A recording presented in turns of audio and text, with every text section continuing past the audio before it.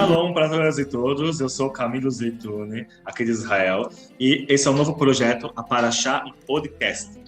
Toda semana vamos trabalhar com um amigo meu convidado, uma amiga convidada, para falarmos, discutirmos um bate-papo entre amigos sobre a Parashá da semana.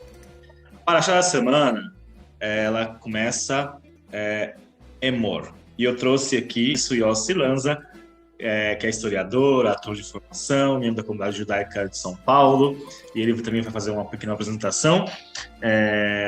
E também eu, como vocês sabem, leonino, preciso me falar também da minha formação. Eu sou formado pelo programa Ashira Teilot, de capacitação de Hazanim, do Mahon Shechter, de Jerusalém, que é o seminário do movimento Masorti, de Jerusalém, e sou estudante rabínico do seminário latino-americano Marshall Meyer, da Argentina. Então, vou passar um pouquinho para o Lanza, para ele dar a sua contribuição de apresentação, ou seja, dar o nome aqui na nossa conversa. Boa tarde, Camilo. Boa tarde, Brasil, né? Boa noite, Israel. E obrigado pelo convite de poder fazer esse podcast com você, de falar um pouco sobre a Parashá, lembrar dos bons tempos que a gente fazia isso ao vivo, né, juntos na sinagoga, junto com os nossos rabinos e amigos, e, enfim, momentos bons, né, enquanto você estava aqui no Brasil. Quem sabe um dia a gente faz isso também aí em Israel juntos. Espero. Não é? E agradeço, então, pelo convite, e é isso, né? A gente sempre gostou mesmo de falar bastante sobre as parashiot, sempre os textos, as tradições, as narrativas que a gente tem. Então, acredito que tem tudo para ser um papo bacana. É muito desafiador, porque quando a gente faz uma leitura tradicional da Parashá, então ela tem que ser aquilo que todo mundo sabe, que até é chato. A mesma leitura, todo mundo sabe o que a tradição fala. Então, eu acho que nós, você e eu, que a gente também, né, estudamos muito juntos as Parashiot toda semana nas sinagogas que a gente ia no Brasil, e a gente tem esse olhar desafiador como historiadores, né? E como também progressistas e convivendo no século XXI, né? Por mais que pareça que nós estamos no século XV ainda, com todas as coisas acontecendo, mas estamos, acreditem, no século XXI. E a gente tem essa... e eu acho que vai ser vai ser agradável a gente discutir um pouco da Parashá essas semanas. Acredito que sim. Eu acho que a gente começou em uma que tem muito a ver com o que a gente aqui já começou meio que a esboçar falando, e eu acho que é o grande... Uma forma de analisar, de estudar as parashiot que eu aprendi, é tentar, às vezes nem sempre isso é possível, mas tentar reduzir toda a parashá em uma única palavra. Uou, interessante essa técnica. E aí, eu acho que eu consegui, nesse caso, para Parashá Emor, eu consegui reduzir ela para uma única palavra, e a palavra é tempo. Tempo. Esse, eu acho que é um grande fio condutor, e aí no meio do papo a gente vai discutindo o porquê. Por que o tempo é a palavra que resume bem essa paraxá dessa semana?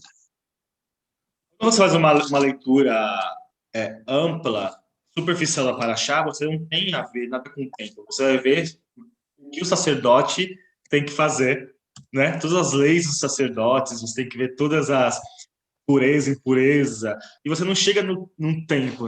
Tudo bem que é no último capítulo que você chega no tempo, mas geralmente você não dá essa visão.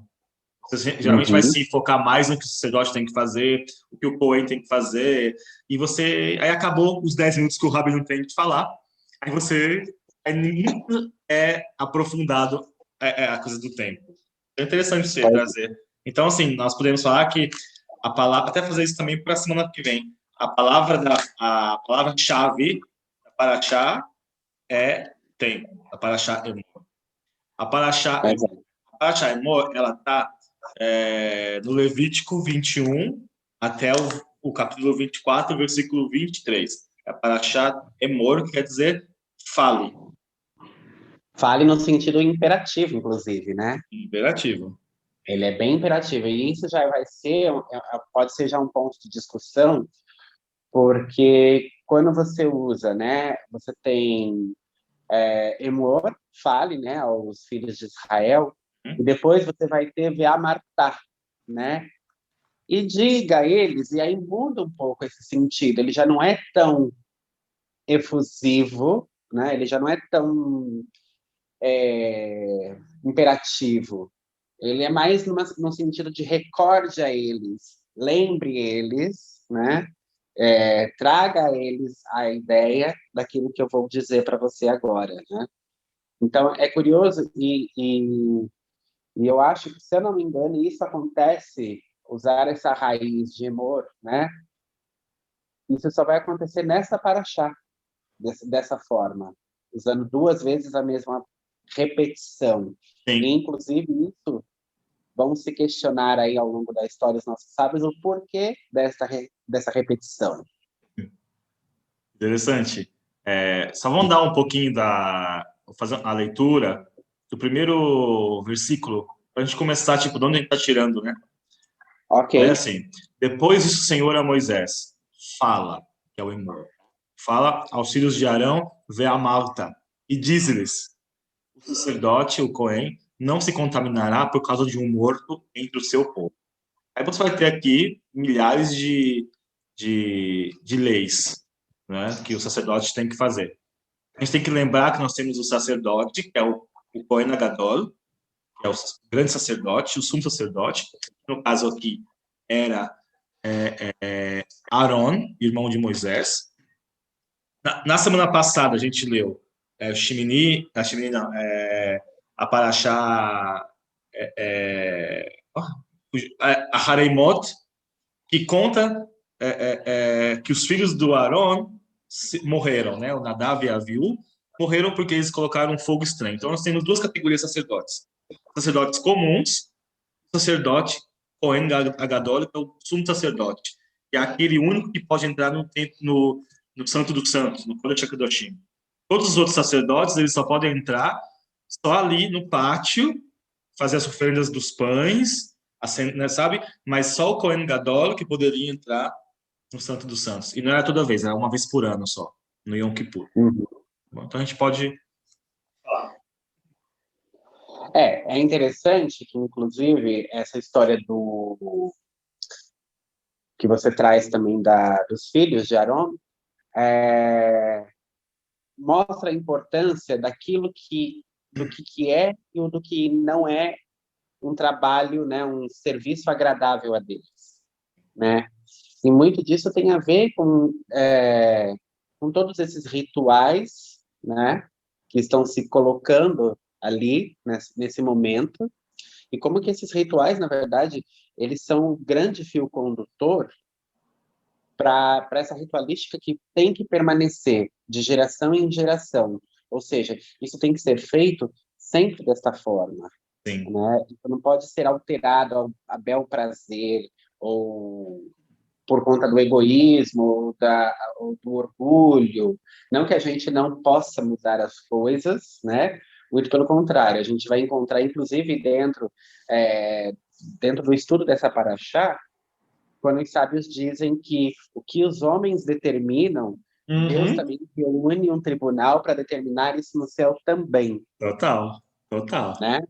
Então, não é que a gente não possa fazer as coisas de maneiras diferentes, sugerir maneiras diferentes de fazer algo, mas eu penso que o que não se deve fazer é o diferente aqui, não é o diferente em si, mas o diferente que é conduzido pelo ego. Acho que tem Sim. mais ligação com o ego do que com o diferente em si, do que a tradição não poder ser modificada. Acho que não é muito por esse sentido naquele caso. Eu acho, Lanza, que toda tradição, óbvio, que ela tem que ser adaptada, mudada, com responsabilidade, né? desse fio condutor que você falou, com responsabilidade. E ela tem que ser de dentro. Ela não pode ser, tipo, com muito respeito. Tem um pensamento das linhas liberais que geralmente são acusadas que a gente não cumpre a Allahá, que não faz um monte de coisa, né? Porque eles falam que a gente é muito hutzpan, que tem muita cara de pau de falar que nós temos os mesmos direitos de continuar desenvolvendo a Allahá, sabe? E não só os sábios do Shulchan Aruch de 800 anos atrás. Nossa resposta é o quê? Nós agradecemos muito a eles, porque eles nos trouxeram até aqui, e nós subimos nos ombros deles, apoiando neles, para poder ver o que eles não viram há 800 anos atrás, entendeu? Então, isso é uma mudança de dentro, com respeito à tradição. Não é igual os dois aí, trouxeram um culto diferente, que não, sabe, não tinha nada a ver com o rolê, né? E foram mortos. Mas isso não para achar passar. Vamos aqui focar no amor. Que tem muita coisa para falar. Vamos focar no amor. Porque já que a palavra-chave dessa paraxá é tempo, a gente não tem muito tempo. A gente não tem muito tempo. Só quero fazer alguns temas, né? O serviço sacerdotal, então ali Moisés ele vai falar, né? O escritor bíblico, como a gente gosta muito mais de falar, né? O autor bíblico, ele vai falar sobre o serviço sacerdotal que tem que fazer com as questões de pureza e impureza. Acho que uma coisa que a gente sempre debatia é que de onde o israelita, na época bíblica, conhecia o serviço sacerdotal? Do Egito. E o culto aos mortos no Egito, ele era muito forte, era o ápice da religião egípcia. Para você ver, até 2 semanas atrás, o Egito inaugurou um museu e transportou os seus faraós, não é? Gloriosamente. Então, você vê que o culto com a morte no Egito, ela era muito profundo, muito reverenciado. E agora, a paraxá anterior, que era Kedoshim, também fala, vocês vão ser santos, não pode fazer essas coisas, e especificamente aos Koanim, lembrando que Vaikra, que é Levíticos, é um livro que era somente para os Koanim, não era para o povão, não é? E depois que foi modificado, e também isso é para o povo em geral, mas aqui as leis de Levítico são só para os sacerdotes, no geral.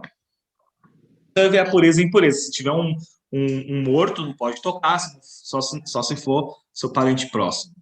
Tá bom?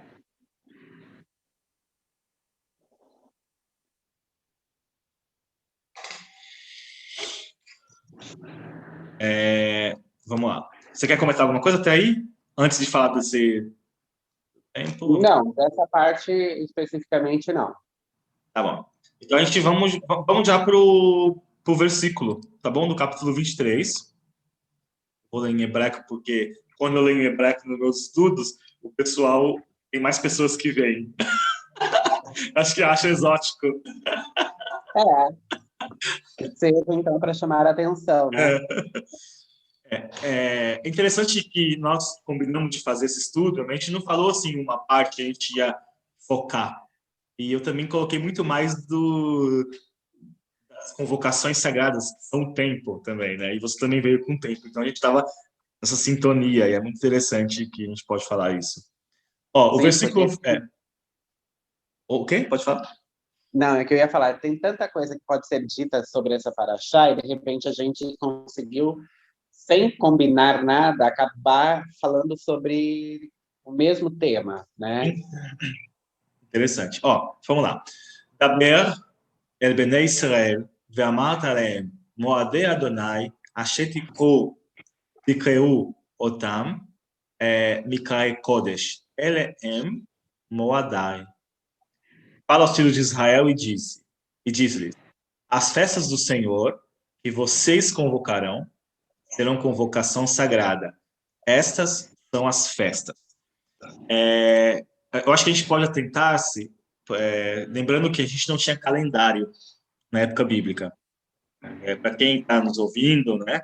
A gente está aqui numa conversa, a gente esquece dos nossos ouvintes. Desculpem, ouvintes. Ouçam. Para que vocês tenham uma ideia, não existia calendário na época bíblica. O que tinha que fazer? O tribunal rabínico, né, no caso aí Moisés, depois a grande assembleia, eles tinham que ver a lua nova, e aí então eles declarariam o primeiro dia do mês. Então, vamos lá, Pessah, a Páscoa judaica, ela caiu no dia 14 do mês de Nissan. Quando era no dia 1º de Nissan, ninguém sabia quando ia cair. Ninguém sabia, porque ninguém tinha calendário. E quando chegava no dia 1º de Nissan, a Assembleia dos Sacerdotes, né, do Sinédrio, eles declaravam: hoje é o primeiro dia do mês. Então você tinha que contar 14 dias ali daquele dia para dar a Páscoa judaica. Isso acontece com todas as festas, menos Rosh Hashanah. Porque o Rosh Hashanah, o dia 1º é o Rosh Hashanah. Entendeu? Então, por isso que no Rosh Hashanah é a única festa, tanto em Israel e quanto na diáspora, que elas são comemoradas 2 dias. As festas judaicas em Israel, elas são comemoradas um dia, e na diáspora, fora de Israel, são comemoradas por 2 dias. Porque era o tempo que o cavaleiro chegava em vila para poder dar o seu... Tipo, os sábios falaram que tipo, ontem foi o primeiro dia do mês. Então, eu tô atrasado, então vamos comemorar hoje. É interessante isso também. E é interessante perceber também, acho que Irash que fala isso, inclusive, não me recordo se é ele exatamente, mas acredito que sim. E não, eu acho que isso está no Talmud, inclusive. Enfim, que essa questão de os homens, né, os seres humanos, determinarem as coisas, né? Então, por exemplo, você está falando de que a Assembleia, né, dos sacerdotes determinavam que aquele lá, através da observação da lua, Sim. que aquele era o primeiro dia do mês. Né? Olha o versículo, olha que interessante. Asher tikeu otam, que vocês vão declarar, vocês vão Exato. declarar o dia da festa. E aí, esse comentário, que eu não me lembro se é do Rashi, enfim, realmente não me recordo agora, ele, o sábio que diz isso, vai dizer o seguinte: Deus coloca, por exemplo, a lua como o símbolo do início do mês, né? Ela é que marca a data. Só que quem declara essa data é o ser humano. Então, se por algum motivo ele declarar isso equivocadamente ou for forçado a declarar em outro dia por algum outro motivo, enfim, vale não o que Deus criou pelo símbolo, a lua, mas o que o homem declarou. Então, se ele declarou que só 2 dias depois, então aquele primeiro dia só vai ser 2 dias depois. Vou contar um midrash. Eu não vou lembrar onde está o midrash. Depois como é em áudio, a gente está aqui no podcast, a gente depois não tem como ficar, sabe, editando lá, tal áudio. Mas tem um midrash, eu vou contar rapidinho. E o Rabino Eliezer, se eu não me engano, ele era o chefe da Assembleia. Olha, eu esqueci os nomes das personagens, mas vou falar o milagre, mas não vou lembrar o santo. Assim, tinha um grande sábio, que era também da Assembleia dos Sábios, do Sinédrio, que ele tinha um ego muito forte e estava chegando Yom Kippur. Então, como que você tinha que fazer Yom Kippur? A Assembleia tinha que declarar que o Rosh Chodesh era naquele dia, para poder contar os 10 dias até chegar no Yom Kippur. E o que aconteceu? Nessa época dos sábios da Mishnah, que era do Sinédrio, você tinha como fazer isso? Não era só olhar para a lua. Você tinha que ter, no mínimo, 3 testemunhas que vissem a lua e a Assembleia convocava essas 3 testemunhas, elas vinham e falavam o seguinte, ó, nós temos certeza que começou o novo mês, porque a lua está nova. Então, antigamente eles colocavam fogo nos montes aqui em Israel para poder, sabe, cada vila via um fogo e até chegava lá a informação. Tá? Aí depois, com problemas com as guerras dos samaritanos, enfim, aí deixaram só as testemunhas. E, para você ter uma ideia, esse sábio, ele estava contra a decisão do tribunal, porque o sábio falou o seguinte, essas 3 testemunhas que vieram aqui, elas são mentirosas, elas estão mentindo. Daí o sábio falou o seguinte, elas estão mentindo? O chefe da Assembleia. Tá bom, então eu vou aceitar assim mesmo a declaração delas e eu vou declarar que o Yom Kippur vai ser esse dia. Tipo, por mais que as testemunhas estavam erradas, a declaração do dia do Yom Kippur foi dada essas testemunhas que estavam mentindo sobre o dia adequado. Você entendeu mais ou menos? Tipo, que não importa os fenômenos naturais. Sim. Não importa as testemunhas, o importa é que o Sinedrim tenha declarado hoje vai ser o Yom Kippur. Ou seja, quem conta de fato é o homem. Né? Quem determina é o homem. O Spinoza, mesmo que ele vá contra os fenômenos culturais, né? Mesmo que ele vá contra, quem vai determinar de fato são os homens, né? A Assembleia dos Homens ali. Homens, eu quero dizer sempre a humanidade, né? Não homem no sentido de masculino. Mas, e aí, então, Deus ajusta o calendário divino também, os homens determinam. E é legal que, assim, essa paraxá, no caso, ela vai trazer, por exemplo, justamente essa questão do calendário. O Shabat, o Rosh Hashanah, Yom Kippur, né, o Pesach, Shavuot, Sukkot, inclusive é o que nós estamos vivenciando na montagem do Homer. Então, você vê que toda essa tradição, toda a sacralidade dentro do universo judaico está relacionado não com um lugar, não com um objeto, mas sim com aquilo que é super impalpável, que é o tempo. Sim. É algo que a gente não controla, é algo que a gente não vê, é algo que a gente só vai sentindo ele passando, e é a partir desse lugar, que não é um lugar, né, mas é o tempo, é que se manifesta a sacralidade dentro do universo judaico, né? Então é muito interessante, porque essa paraxá ela vai levar, e por isso que eu consegui, de alguma forma, resumir ela para o termo tempo, né? Porque acho que acho que a palavra-chave dessa porção da Torá está totalmente relacionada com isso. O que é o tempo, qual é o tempo, e que tempo é esse, e o que ele reflete para esse povo e para a humanidade, né? Então, olha como que muda também a questão, acho que você falou da contagem do Homer, né? Do Sefirat Homer. Para quem não sabe o que é Sefirat Homer, nós começamos a contar 49 dias do segundo dia da Páscoa até quando chegar em Shavuot. A gente conta no total de tudo são 50 dias. Então, todos os dias a gente acrescenta um número, né? E é interessante que isso é muito agrícola. Isso é totalmente, você tinha que deixar... O homem não era você contar o dia. O homem, na verdade, era você separar um feixe, uma porção, para que em Shavuot você levasse essas colheitas para o tempo sagrado. Como a gente não tem mais o tempo sagrado, os judeus se espalharam pelo mundo, sabe? A terra de Israel estava vazia. Então, o que acontece?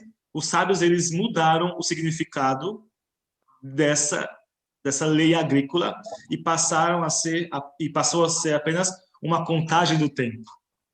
Então, assim, aí você vê os cabalistas, toda semana você tem uma intenção, você tem que entrar na árvore da vida, porque, tipo, uma é Giferet, a outra é Malchut, outra é Chokhmah, sabe, da árvore da vida cabalista, assim? Toda semana você tem essa intenção, porque isso serve como uma refinação do homem até chegar em Shavuot, que é quando Deus dá os 10 mandamentos, Deus dá a Torá para Israel.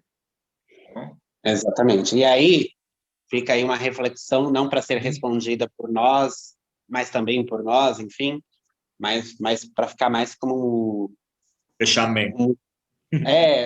para poder as pessoas pensarem também. Quando a gente conta o tempo, o que a gente, na verdade, está contando? E o que conta quando a gente conta alguma coisa? Né? O que conta para cada um de nós? Né? No sentido de o que vale? Né? Então, o que conta quando a gente conta? Olha, o que conta quando a gente conta.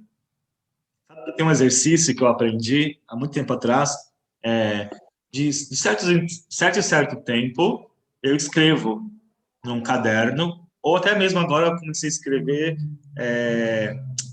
no computador, mas eu não acho a mesma energia. Eu acho que escrevendo à mão, essa coisa, eu acho que eu me ligo a mais, né? Eu sou da velha guarda, eu me ligo a mais com essa minha espiritualidade escrevendo. Então eu escrevo, vou falar o seguinte, ó, hoje é dia tal, eu passei por isso e talvez estou triste por isso e enfim.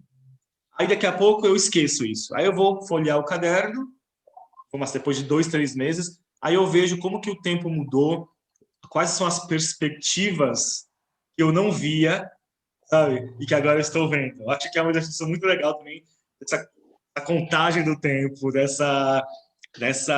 tipo, a perspectiva muda. Cada dia, igual você falou, a cada dia que a gente vai contando, vai mudando. Sim.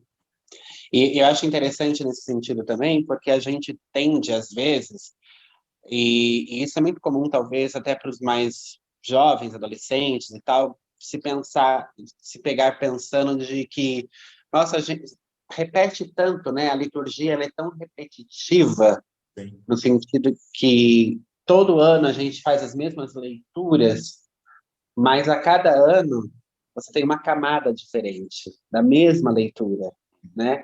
E isso tem a ver com o tempo de cada um, Sim. né? Porque é esse tempo que vai trazer as vivências, as histórias, a experiência, que vai fazer com que você olhe para aquele mesmo texto com um olhar de um tempo diferente.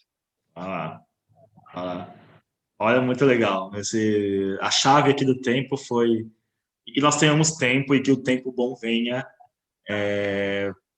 para acabar com essa corona, que acaba em tempo recorde, né? Amém, amém. Todos aí, aqui em Israel a gente já está muito mais avançado e no Brasil a gente precisa que esteja também as vacinas, todo mundo venha receber logo, né? Que o tempo Sim, seja encurtado aí, se Deus quiser. amém. Você quer falar mais alguma coisa? Eu acho que a gente está. Nossa intenção não é ficar 1 hora. É o bate-papo, assim, eu adoro. A gente, sabe, pode fazer Se isso aqui, deixar, vai a tarde toda, deixar, a né? gente vai. Mas é para vocês e para a gente também. Essa é uma proposta de rápida. Não é ser uma coisa de 1 hora, assim. Até uns. Estourando uns 20 segundos a gente consegue segurar, mas depois. Não é? Bom, Lanzal, Até porque, até porque hoje em dia não é todo mundo que tem muito tempo. ninguém tem tempo, entendeu? É, é isso, muito obrigado, Lança, pela sua participação. Foi muito Eu assim, agradeço. enriquecedor. Eu vou te trazer mais vezes. Eu quero que você tenha essa visão de projeto junto, assim, que você gosta de estudar eu também. E eu vou. O projeto, só para você entender, para já estar no finalzinho, toda semana trazer um amigo, uma amiga diferente, estudioso da Paraxá, meus colegas também de seminário rabínico, para a gente falar essa visão mais progressista da leitura da Torá semanal. Tá bom? Então eu vou tentar agora na semana que vem ver com algum amigo ou amiga e te retorna. Toda semana, entre domingo e segunda, eu já lanço para vocês esse podcast para a gente estudar. A gente tem que estudar, gente. Estudando que a gente aprende e crescendo. A gente cresce no conhecimento da Torá. É muito bom. E vamos aproveitar o período aí, né, de isolamento. Muitas pessoas estão em casa, então aproveitar para poder colocar em prática esses estudos, porque de repente, num outro momento, ele já não vai ser tão. A gente não vai ter tanto tempo assim para as coisas que a gente pode fazer agora. Então, atualizar leituras, estudos, bate-papos, ou então podcasts como esse, qual eu agradeço aí a participação, convite, fico muito grata. E quando precisar, quando quiser, estamos por aí. Tá bom. Então, gente, Shavua Tov. Tenham para vocês uma boa semana de paz, saúde e de bênçãos. Para todos aí, Shabbat Shalom, Shavua Tov depois. E é isso. Um abraço. Beijos. Tchau, gente. Tchau, tchau.